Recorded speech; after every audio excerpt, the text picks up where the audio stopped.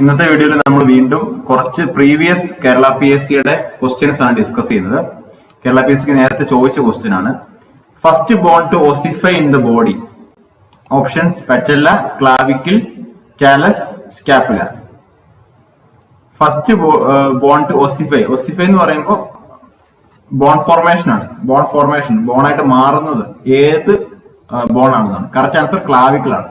Clavicle എന്നുള്ളത് നമ്മുടെ beauty bone ആണ്. നമ്മുടെ ഈ ഒരു ഭാഗത്തുള്ള ഈ നീണ്ട ബോൺ ആണ് ക്ലാവിക്കിൾ. ആ ഒരു ബോൺ ആണ് ഫസ്റ്റ് ഓസിഫൈ ആകുന്നത്. പാറ്റില എന്ന് പറയുന്നത് നീ ബോൺ ആണ്. സോ നമുക്ക് സെക്കൻഡ് ക്വസ്റ്റ്യനിലേക്ക് പോകാം. Second question, connective tissue in the body developed from the embryonic layer. Options ectoderm, endoderm, yolk sac, mesoderm. Connective tissue രൂപാന്തരപ്പെടുന്നത് എംബ്രിയോണിക് ലെയറിലുള്ള ഏത് ലെയറിൽ നിന്നാണ്? കറക്റ്റ് ആൻസർ മെസോഡേം ആണ്. മെസോഡേമിൽ നിന്നാണ് കണക്റ്റീവ് ടിഷ്യൂ ഫോം ആകുന്നത്. അപ്പൊ എംബ്രിയോണിക് ലെയേഴ്സ് ആണ് ectoderm, endoderm, mesoderm. Ectoderm, endoderm, മെസോഡേം.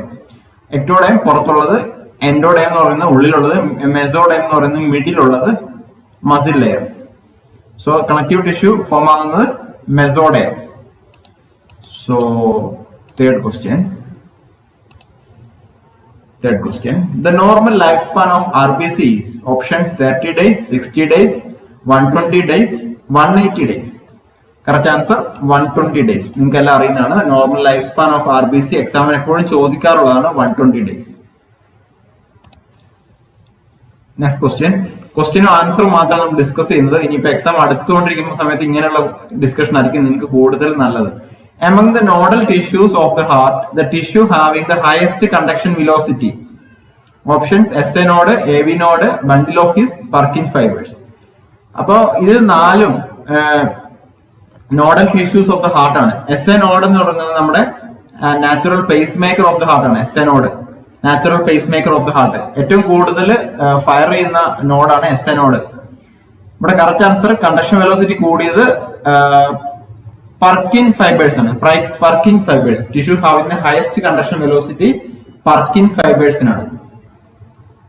Next question, fifth question, the factor that determines diastolic blood pressure is options blood volume, cardiac output, peripheral resistance, posture. Correct answer peripheral resistance. The factor that determines diastolic blood pressure is peripheral resistance. ഇവിടെ നമ്മൾ കൂടുതൽ question answer ആണ് discuss ചെയ്യുന്നത്. Explanation ഇനി വരുന്ന വീഡിയോകളിൽ കൂടുതൽ ചെയ്യുന്നതായിരിക്കും. Sixth question, Whipple's operation performed for. Whipple's എന്ന് പറഞ്ഞ ഓപ്പറേഷൻ ഏതാണ് ചെയ്യുന്നത്, എന്തിനാണ് ചെയ്യുന്നത്? Options carcinoma stomach, pleomorphic adenoma, carcinoma head of pancreas, carcinoma breast.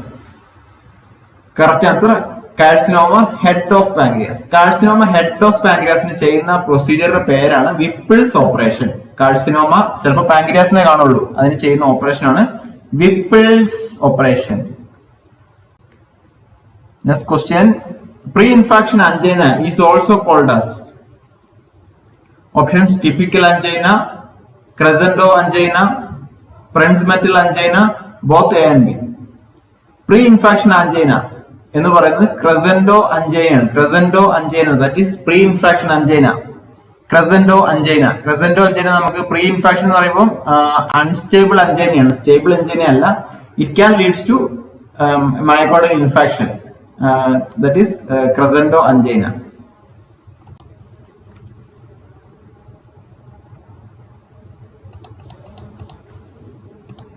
Unstable angina also called crescendo angina. Unstable angina is a type of angina pectoris that is irregular. It can lead to MI. Myocardial infarction ആകാനുള്ള chance ഉള്ള അഞ്ചൈനയാണ് unstable അഞ്ചൈന അല്ലെങ്കിൽ crescendo അഞ്ചൈന. Stable angina എന്ന് പറയുമ്പോൾ it can be relieved by rest or nitroglyceride. ആ tablet എടുക്കുമ്പോൾ നമ്മളൊന്ന് rest ചെയ്യുമ്പോൾ കുറയുന്നതാണ് stable angina. Next question, the fifth disease is also called as options erythema marginatum, erythema nodosum, pemphigus, erythema infectiosum. Fifth disease is also called as erythema infectiosum. Fifth disease എന്ന് പറയുന്നത് erythema infectiosum ആണ്. erythema infectiosum. Fifth disease is an infection caused by a virus called parvovirus B19. Parvovirus B19 എന്നുള്ള virus ഉണ്ടാക്കുന്ന അസുഖമാണ് fifth disease. It is an infection of the airway and lungs. It often appears as a bright red rash on the face, especially in children. It is sometimes called slapped cheek disease. Parvovirus ഉണ്ടാക്കുന്ന fifth disease appears bright red rash on the face. ഫേസിൽ ഒരു bright red rash ആയിട്ട് വരുന്നുണ്ട്. ഇതിനെ slapped cheek disease എന്നും വിളിക്കാറുണ്ട്. Next question, 9th question. The best diagnostic test during window period of AIDS. Options: West blot test, rapid test, ELISA, RT-PCR. Correct answer: RT-PCR. The best diagnostic test during window period of AIDS, that is RT-PCR.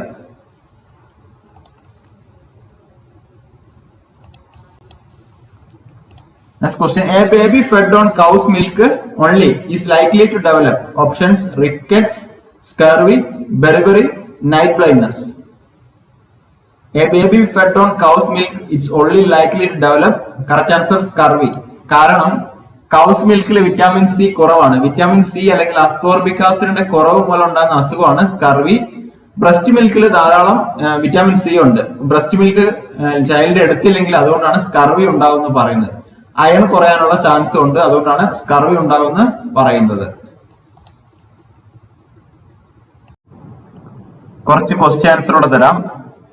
The quantity of blood pumped by each ventricle into the aorta per minute is called cardiac output. The quantity of blood pumped by each ventricle into the aorta per minute is called cardiac output. Majority of water reabsorption take place in which segment of a nephron? Proximal tubule. Majority of water reabsorption take place in which segment of a nephron? Proximal tubule.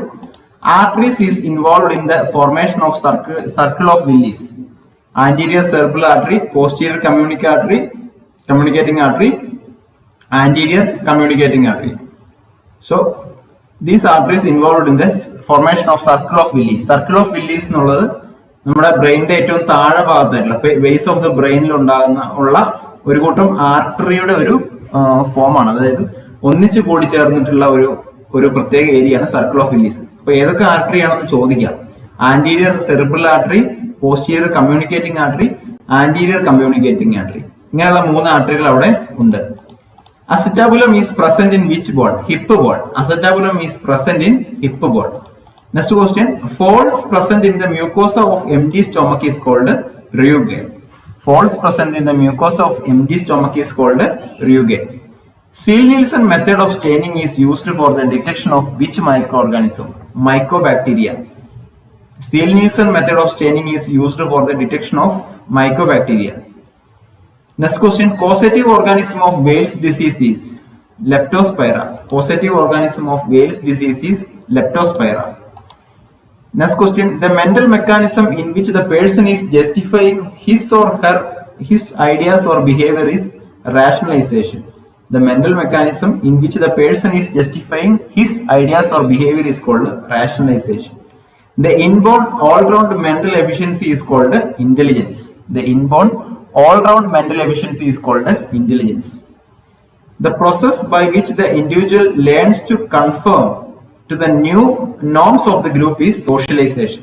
The process by which the individual learns to conform to the norms of group is socialization. So നമുക്ക് മറ്റൊരു video ആയിട്ട് കാണാം. Thank you.